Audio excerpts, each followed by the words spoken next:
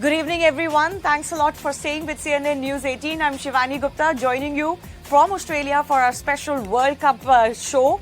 And what a turnaround it's been. What a miracle it's been for Pakistan from nearly out after losing their first two matches of this World Cup to now in the final. It really has been a complete turnaround for them. And they're truly living on a prayer. We're going to get you all the action and the analysis from the first semi-final that was played in Sydney between New Zealand and Pakistan. Pakistan coming out on tops. Later in the show, of course, we'll also build up to India's semi-final against England, which is being played in Adelaide, where I'm joining you from. Let me also go across and introduce our guests joining us, former India cricketers Maninder Singh, Deep Dasgupta joining us on the show, and also cricket writer and sports commentator Ayaz Memon. Thanks a lot, gentlemen, for being with us. Let's begin with the result of the first semi-final, and it was really a clinical performance from Pakistan, the best that they have done so far in the World Cup and possibly the worst that New Zealand has done, especially in the field all through this World Cup campaign. Just goes on to show how in the knockouts the fortunes can just completely change and swing around. So let's talk about the fact that New Zealand put up only 152 to chase for Pakistan, and out of form, miserably out of runs. Babar Azam, the Pakistani captain, was dropped on his first ball, and he made the Kiwis pay because he went on to score a 100-run partnership with Mohammad Rizwan, who also completed a well-deserved 50. Now, both of them did fall at some precarious position for Pakistan. But then, of course, Mohammad Haris came out to bat, and he has been such a revelation for Pakistan in this World Cup. He more or less saw them through. There were a couple of hiccups for Pakistan towards the end of their innings, but really there was never a scoreboard pressure, there was never a run rate pressure on them. And with the start that Babar and Rizwan gave to them, it was never going to be a crisis for them, even though they lost a couple of late wickets. Earlier in the day, New Zealand won the toss, decided to bat first, but they lost their openers early for just 28. Kane Williamson anchored at one end and rebuilt the innings. Along with Daryl Mitchell, they added 68 for the fourth wicket, took the score to 117 before Shaheen Afridi sent Williamson packing with just 4 runs short of his half-century. Neesham and Mitchell added a quick-fire 35 from 22 at the end, took their score to 152. Remember, Shaheen Afridi has been the star for the Pakistani side, and he's really improving with every match that we're seeing. So with that, let me go across to the guests who are joining us. This is just turning out to be miraculous for Pakistan. How fortunes completely changed. But fielding, we expected Pakistan to suffer on that, but it was really the Kiwis. Absolutely. And as you rightly mentioned, 3 drop catches, maybe difficult ones, especially the Ish Sodhi one was a little difficult and way too late in the game as well. But the first one, yes, Conway, that was difficult as well. I can imagine as a keeper, going the other way and getting the outside edge, and then you have to move the other way. But having said that, yes, and also fielding from Pakistan, I think they were brilliant. Also the fact that, someone like Babar got his men in the right positions. For example, Shadab generally fields in that backward point region. But today, in the first 6 overs, he was at mid-on, realizing that, this is a slowish pitch. You need your best fielders in front of the wicket, not behind the wicket. And that run out, that was for me a major point in that game. Conway last over of the power play, last ball of the power play actually, and Shadab getting him run out. So yes, fielding was the differentiator to a great extent, and in fact it went Pakistan's way. Yes. But, as I mentioned, Babar Azam was woefully out of form, out of touch, had not even, made 40 runs in total out of his 5 innings before this match. And we were talking about him earlier, Manipaji, and, he has obviously made use of the second chance and the second life that his team has got. And today he looked great. Between the two teams, Pakistan was the team that looked like they've come on the field to basically win. They were charged up from ball 1. As we've been talking about their fielding was electric. And, sometimes what happens when you know that the luck is going your way, then you start putting in more effort. I'm not taking anything away from the way they played their game. But, sometimes as a cricketer, when we used to think that, luck is going my way, the confidence level used to go high.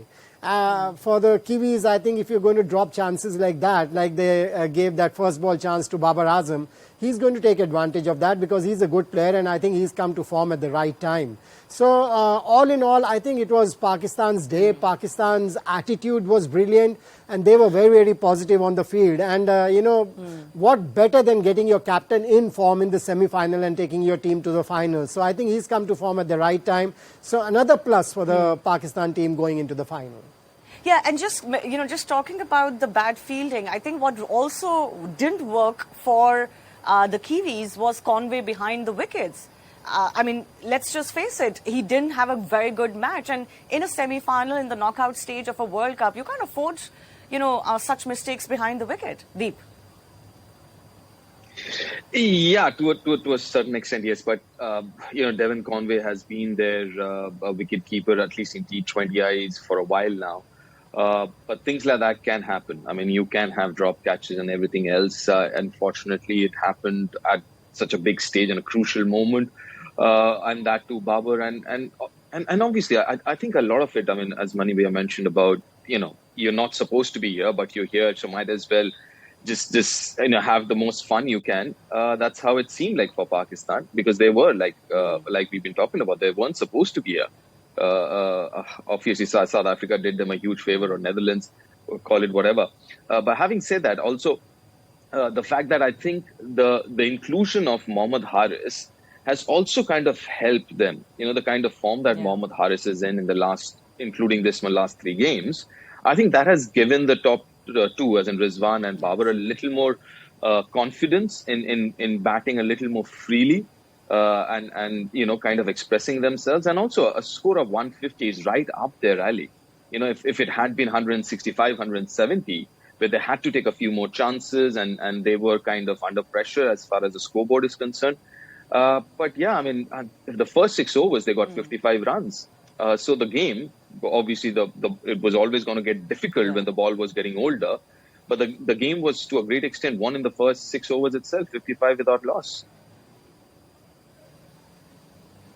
Yeah, absolutely. And I was going to ask our guests about Mohammad Haris because, what a great find and revelation he's turning out to be. And I think but for his performances in the last 3 matches, in fact, in the matches coming up to the semi-final, even if you forget today because the stage was virtually set by the opening batsman. By the way, Rizwan and Babar weren't really clicking together so far, but together they've now made 300-run stands in T20I, and I think they've become the first and only pair to do so. So that just goes on to show why we were talking about Rizwan and Babar so much and why the team is so dependent on them, because when they do well, suddenly the Pakistani batting lineup looks completely different. But coming back to Mohammad Haris, Manipaji, he's a great talent. He's just so good to watch and so fearless.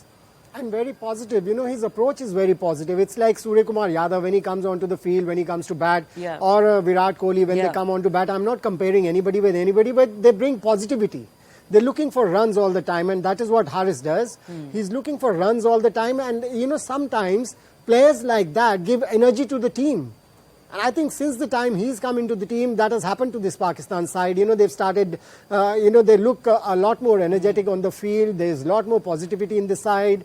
And that is helping this Pakistan side. And, as you said, if the top 2 start scoring runs for them, then they look completely different side, altogether a different side, and that is a big plus for the Pakistan side, that both their openers have got runs in the semi-finals. They are going to go into the finals with a lot of confidence. It doesn't matter whether it's going to be India or England.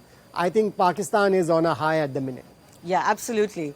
And I think some of the momentum that they were carrying, winning their last 3 matches, I think they were the only team to do so. The other teams had won their last 2 and coming into the semi-final. They were the only one with 3 wins back-to-back after losing their first 2, coming into the semi-finals. And I think they had a little bit of that momentum and belief.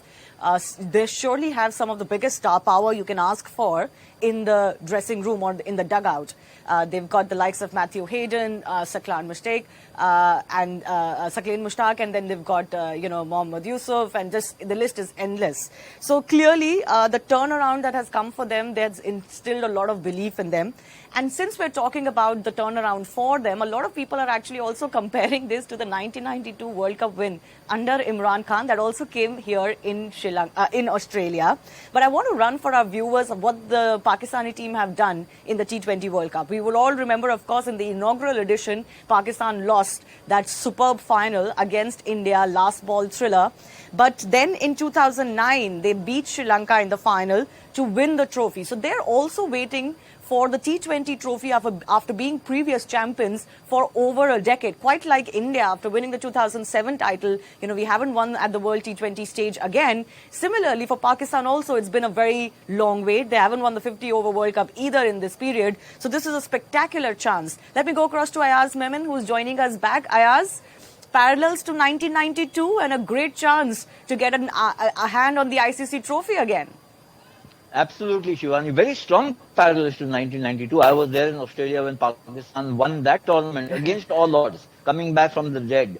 And this is pretty much what's happened here. Yeah. Obviously, this is a very compressed format. It's only 20 overs. That was a little more, in those days, far more challenging. 50 over matches. But the situation and the recovery is just so eerily similar. But we'll have to wait and see how they take it from here, he said, and Manipa. And I think somewhere the Kiwis seem to have some apprehension about the pitch and the conditions. I think that they're batting, they probably should have set a target of 175, 180. I think they settled for about 160. And that's where they started faltering. Of course, you can't take anything away from the Pakistan bowlers. You have Shaheen Afridi striking in the first couple of overs, and you're always on the back foot. And that's where I think the difference came in, which is the really classy bowling by the Pakistani pacemen, but supported by brilliant fielding. I have not seen a Pakistani side field like this, perhaps ever. And I think this is something that should be creating some, provoking some thought in the Indian dugout. You're going to face a Pakistan team which you can't say traditionally, so fielding mein halke hai, we can always steal a few runs here and there. That's not going to be possible. Yeah.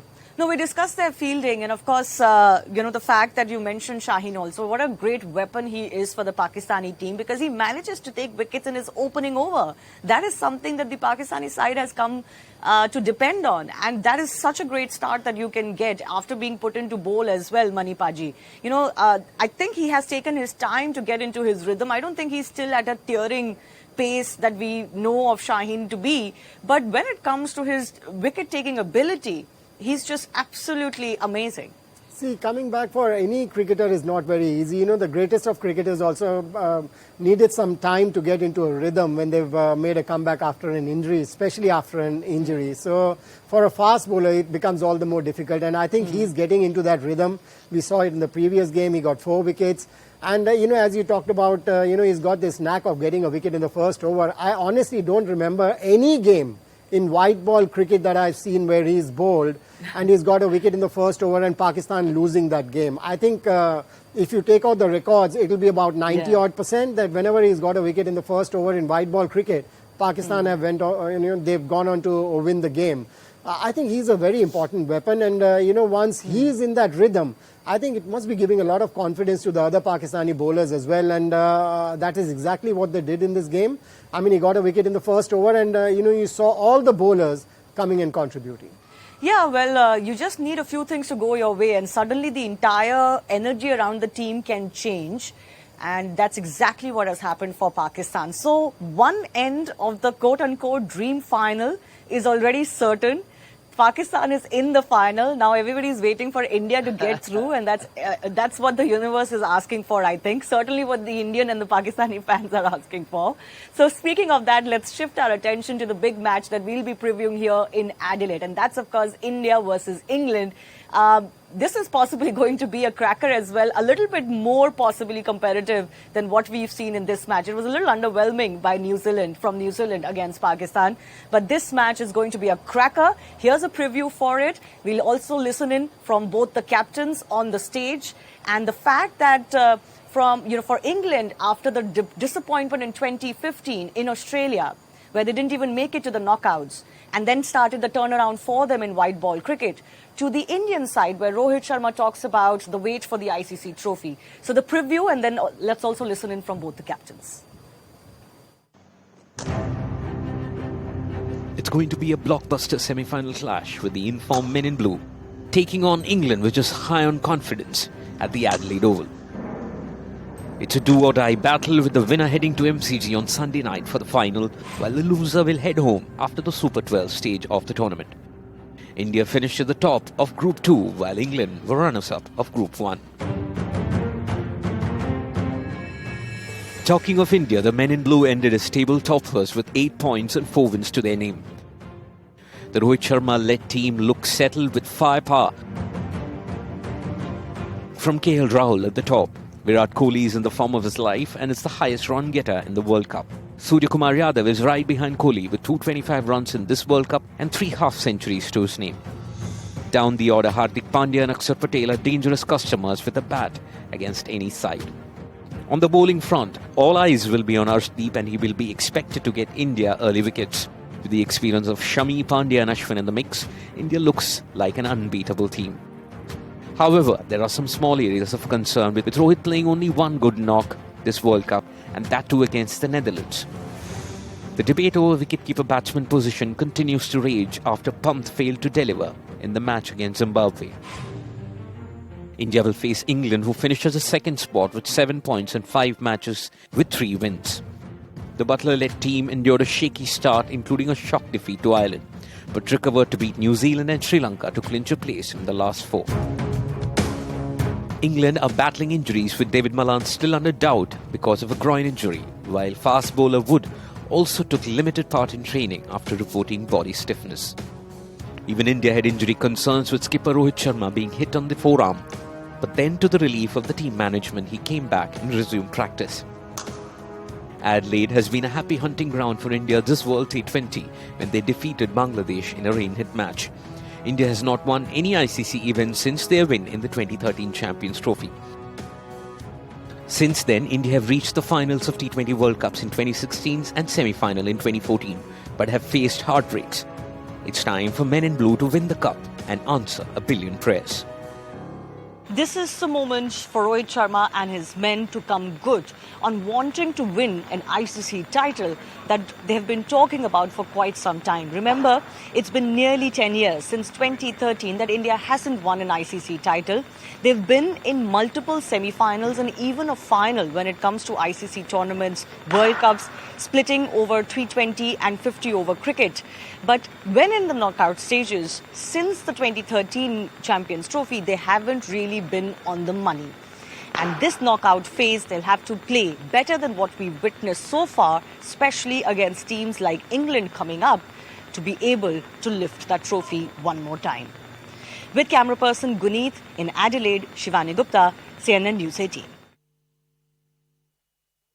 Absolutely, it's an opportunity for us to come and do that, but we do understand it's been a long process for us and we will stick to our process. I think it's important not to get ahead of ourselves, and we do understand as well that we have to play good cricket to win that game, which I think we've done in this tournament. We just need to stick to it. I know we're a long way away from it, but I think it's important to just understand that it's a contest between bat and ball, which we have to come on top with, and and stick to and trust what you've been doing so far. It's been clear to see the change in sort of mindset in English cricket and towards the white ball game since that way, and especially the way we've played. And I think as you mentioned, the way we've played, given us better results. So that gives us a lot of trust in that process that it works. And I think, even going back to the Pakistan tour, some younger guys coming into the group, it seems an ingrained way of playing now in English cricket. So it's been a fantastic journey to be involved in. Going back to that point, as you said, it was a real line in the sand, I would say, that moment in English white ball cricket. And I think we all want to win things, and we all want to certainly don't want to be a team that just says we played a great style of cricket. You want to have tangible things that you have achieved throughout that as well. So getting to semi-finals and finals, the big prize is obviously standing on that there with the trophy at the end of the game, and that's what we all want to achieve. But we know that the way we play is going to give us the best chance of doing that. Well, that's Jos Buttler. He was talking about 2015 when they were knocked out before the knockouts in Australia, in the World Cup in Australia.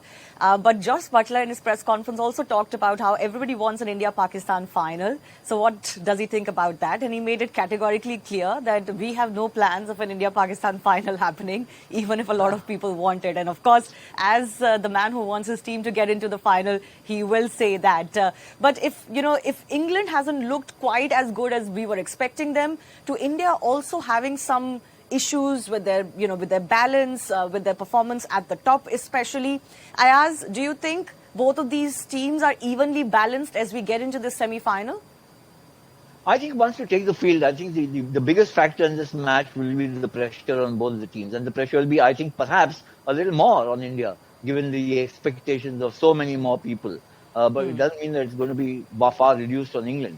I think that both teams have been a little short. England perhaps more so of all-round performance in this tournament. I think India have come... Yeah. The way India have won, last ball finishes under acute pressure, defending modest totals, was very, very impressive. Yes, we can say that Rohit hasn't had a big score under his belt. So is that looking a little wobbly in the top order? Maybe, maybe not, because you've got Suryakumar Yadav, Virat Kohli, KL Rahul in fabulous form. Hardik Pandya has also looked in very good touch. The other issue, there are two actually. Rishabh Pant or DK has been a dilemma from day one since the tournament started, and it continues as we head into the semi-final. And the other is, which spinner do you take? I mean, Yuzvendra Chahal or Akshar or Ashwin.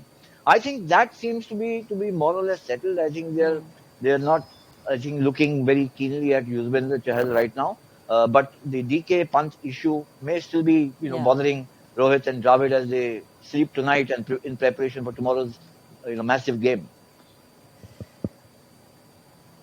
Yeah, no, I did ask Rohit Sharma that question. Trust me, I'm going to ask that question to him when I get an opportunity, because this is something that we've been debating on our shows quite a bit as well. And Punt made an entry into the playing 11 for the first time in the last group game. So I'm going to bring you that in just a bit. But I do want Deep's thoughts on the problem areas for India. And that one problem area, Deep, interestingly, is, of course, how India have been amongst the slowest starters in this tournament. They have scored a 5.96 runs and over in the power play, and that's been the worst of most of the teams. So, that because of the fact that either at one time KL Rahul wasn't working or Rohit Sharma is not in full flow, that is the biggest problem area for us, do you think? Yes and no, because I don't think the difference, I don't know exact numbers, I don't think the difference would be too much between the teams. Obviously, India going less than 6 and over, less than run a ball. But that's been the template so far in this tournament, isn't it? I mean, you watch out the first 6-7 overs because the ball's doing a bit, and then the second half of the innings is where you capitalize on it. So I won't be too bothered about that particular number, but the fact that you have kind of lost more often than not at least a wicket or two every power play, I think that is an area of concern. Whether it's Rohit, whether it's KL.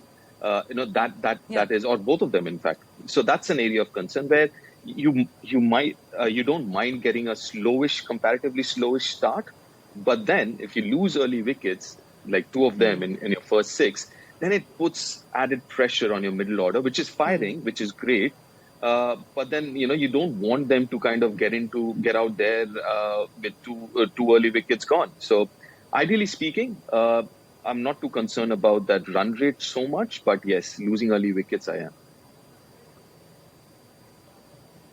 Yeah, and there is an other side to the statistics that I talked about, because actually if they've been one of the slowest starters in the starting power play, they've actually been the ones to score at the fastest rate in the final 4 overs. And that figure stands at nearly 12 runs per over. So while India has suffered at the start, whether it's wickets or being slow, they have actually managed, because of performances by the likes of Virat Kohli, Suryakumar Yadav and even Hardik Pandya, they've managed to pick up towards the end, and they've covered that gap that has been witnessed for them. So, Maninder Paji, do you think that in its, what do you think? Let me just ask you an open question. What do you think is the biggest issue for the Indian team going into this match? If it's Punt versus DK, then just hold your horses, because I'm going to play out what Rohit Sharma has said.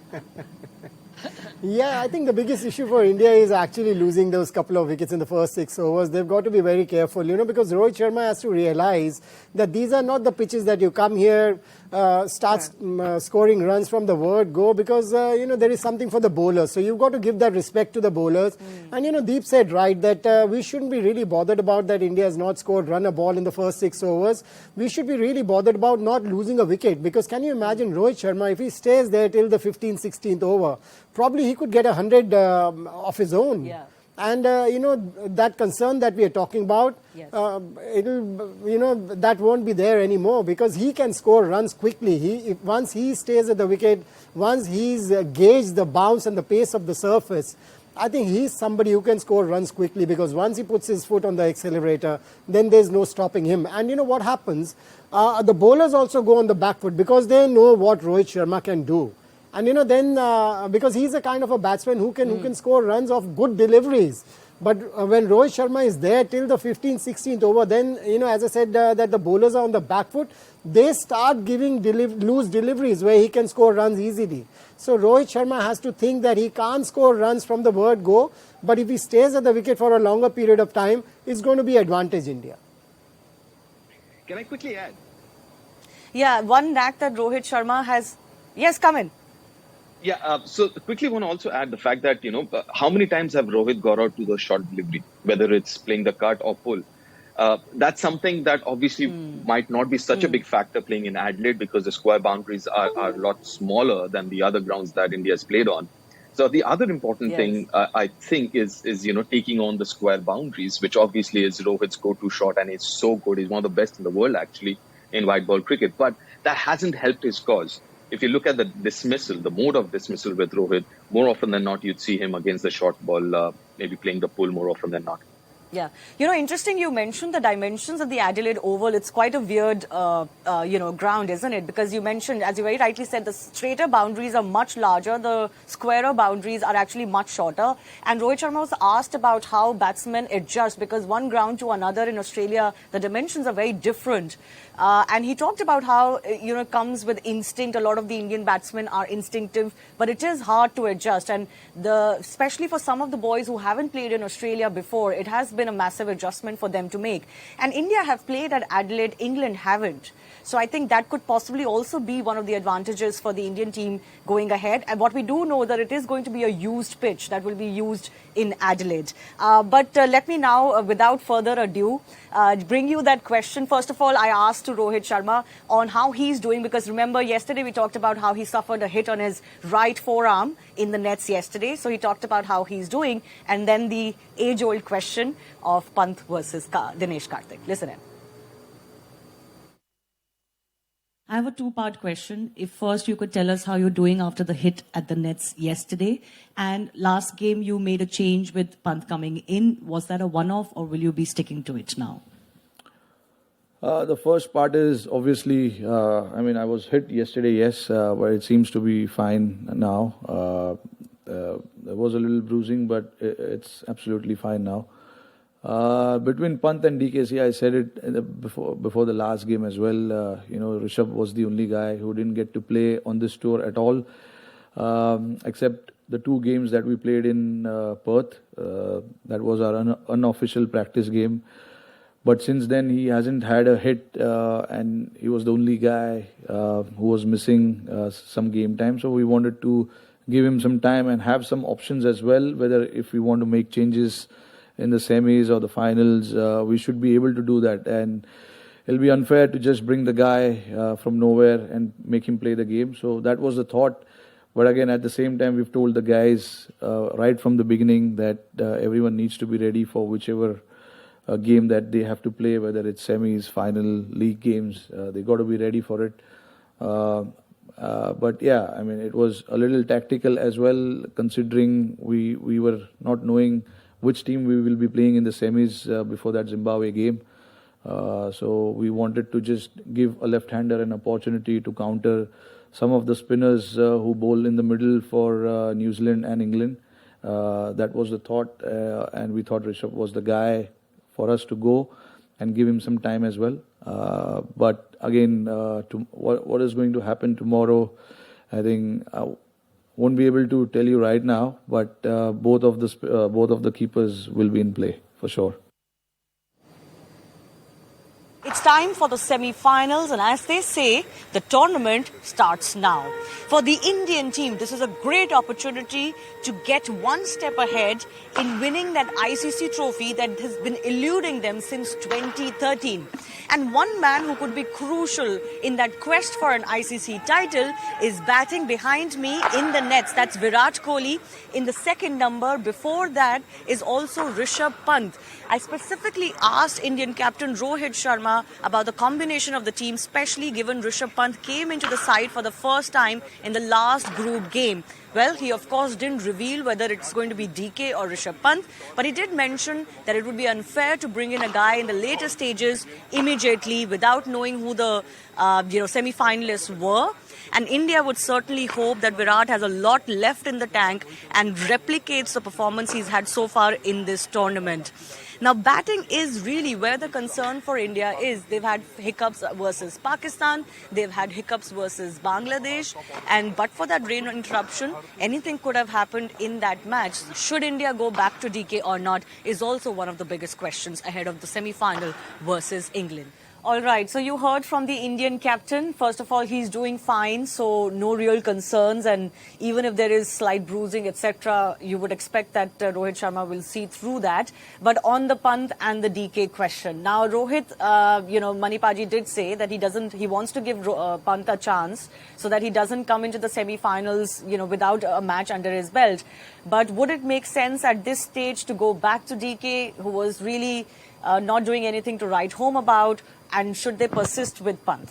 See, first thing is good that Rohit Sharma is fit, but that bruise is there, and sometimes these injuries do help because you start concentrating harder when you're in the middle because you've got that injury, so you're not playing too many shots, especially in the beginning. And when the arm warms up, by that time you've gauged the surface properly, the bounce and the pace of the surface. So that's good news for us. The second thing, I think he was politically correct. He didn't give you anything away when you asked about DK and Punt. But I'm sure it's going to be Punt because he's somebody who's a game changer. He's got the X factor. He should have been playing from the beginning. I've been saying that. Rather, most of us have agreed that it should have been Punt from day one, playing all the games. But the right decision would be to have Punt there because Dinesh Karthik, we've seen, you see his body language in the last couple of games that he played after he didn't get runs in the first game against Pakistan. After that, his body language, his face expression showed that, he had lost confidence. So I would actually, to be very honest, go with Rishabh Punt because, he's a match winner on the day. He single-handedly can win you games. If somebody who can win you test matches, can you imagine the shorter format? If he gets going, if he faces 20 balls, you would be on your way to win the game. So for me, I think it's going to be Rishabh Punt. And especially in Australia as well, his record in Australia. But you're absolutely right. I wasn't going to mention it because, sometimes we tend to read too much into body language. But actually, I noticed DK in the practice from the first match of the tournament before, we played Pakistan to now. I think his body language, his face and his overall energy is different in the nets too. He looks worried, DK, I'm talking about.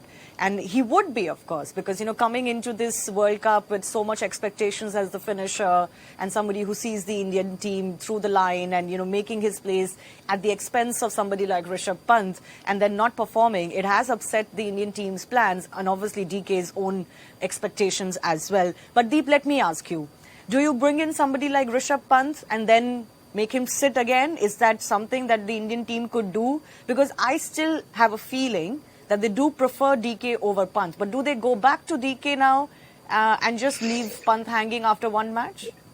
Yeah, I'm trying to read between the lines here. Okay, so Rohit mentioned they wanted to give Rishabh a some game time because they weren't aware which team are they going to play in the semis and the finals. Well, if you look at all the teams that were in contention, they almost have the same kind of bowling, right? So you have a left-arm spinner and you have a wrist spinner, whether it's South Africa, whether it's New Zealand, whether it's Pakistan, or whether it's England. England might have a few more options in Liam Livingstone, who bowls both off spin and wrist spin.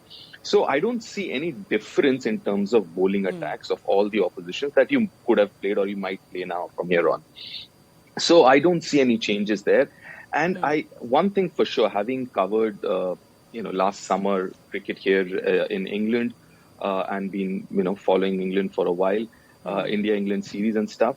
Listen, they rate Rishabh very, very highly. And I think I wouldn't be exaggerating if I say that they're kind of scared of Rishabh. So every time he goes out to bat, I don't want to name cricketers who've told me that, God, every time he walks out and we're like, what is he going to do now? Right. So there is this fear factor that Rishabh has. And I would love to explore that. I would love to explore it. And now that he's played a game, I wouldn't have said yes to Rishabh. If he hadn't, I wouldn't, kind of say, get Rishabh into a semi-final straight away. Now that he's played a game, I personally would go with Rishabh. Yeah. And also, I think Rohit Sharma also mentioned the addition that Rishabh also makes Ayaz as a left-handed batsman in the side, the variety that he brings in. I think that's crucial, Shivani, because if playing against somebody like Adil Rashid, and he's very, he can take heavy toll of leg spinners, we've seen that, or even somebody like a Moeen Ali who spins it the other way around. But he can, in Australian conditions where he's had so much success, his confidence will be high. I was a little intrigued by what Rohit Sharma told you in reply to that question. He said both are ready. I'm assuming that one of them will be called and not both, because both will not be in the playing level. No. I'm so happy you picked on that. I'm so happy you picked on that, because we were also debating this, me and a few other journalists, because he said, to quote him, I cannot say who, but I can only say that both will be in play. Now, we were wondering whether he's going to pick both wicketkeeper batsmen. That is possible. Exactly. I mean, it's not it's out of the ordinary, but not completely impossible. Or did he mean that both are in fray? Yeah. Well, I can only respond to what I've heard. No, the point I'm trying to make is, are they at this point in time looking at shoring up the batting further? Because I think that would take away a lot from what this Indian team is all about now.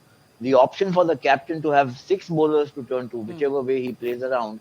If you reduce it to 5 bowlers and one bowler has an off day, you're left, wringing your hands. So I don't see that as a wise decision at all. If there's a choice, it has to be made between Rishabh and DK. And, we've all extolled the virtues that Rishabh Punt has, youngster, X factor, Australian conditions, the fear factor in the opponents. Not to take away anything from DK, who's fought very hard to come back into the team, which in itself is a saga to come and play this World Cup. But I think that they have to bite the bullet somewhere and take this call. Shivani, can I add, please? Yeah. Well, let's see what happens. Yeah, go ahead. Yeah, the other important thing, I think also the contribution with the bat from Ashwin, I think must have given them some confidence in terms of, there are enough people in the back end to contribute with the bat, because Ashwin's been pretty good with the bat as well. So maybe that has also added to this whole idea of getting someone like Rishabh Pant, a left-hander, who can also bat at number 4, 5 if required. Absolutely. Now, we cannot end this edition and this preview to the India-England semi-final without talking about one man. And no, that's not quite Virat Kohli, even though we're playing at the Adelaide Oval, which Virat himself has talked about being his home, and he has a splendid record here. But I'm talking about Suryakumar Yadav, because frankly, ahead of this game, if there is one man everybody is writing about, everybody's talking about, and everybody's asking questions about, it's actually Suryakumar Yadav. Yeah, that's probably his nature. That's where it comes from. I think he's a very he's a sort of guy who just doesn't carry any baggages with him. Not his suitcases. He's got a lot of suitcases, honestly speaking. He loves his shopping. But when it comes to carrying that extra pressure, extra baggages, I don't think he has that in him. And you can see that when he plays. And it's not like he's played a couple of tournaments like that. He's been playing like that for a year now. And it shows, and you can judge the kind of character he is. And he likes to play like that, and I don't know if you've heard him talk in interviews. I mean, he likes to bat in a similar fashion, whether we are 10 for 2 or 100 for 2. He likes to go out and express himself. And that's probably the reason, he was in the team in the last World Cup. Although we didn't have a great World Cup, but I mean, looking at what he's done in the entire year from that World Cup onwards, as we say, sky is the limit for him. Suryakumar has obviously, came in and set the world alight. He's a fantastic player and plays some shots where you just sort of scratching your head sometimes. But he's in great form. But about Thursday, hopefully we can try and shut him down and not allow him to get on one of his rampages. It's about assessing and adapting to whatever situation you're having in front of you. But obviously, we come here to Adelaide, which is a very different dimension ground to the grounds that we're used to playing on. We've been playing on big square boundaries and looking to try and get the batters to hit to them. Whereas obviously here we're probably going to have to look to change our tactic.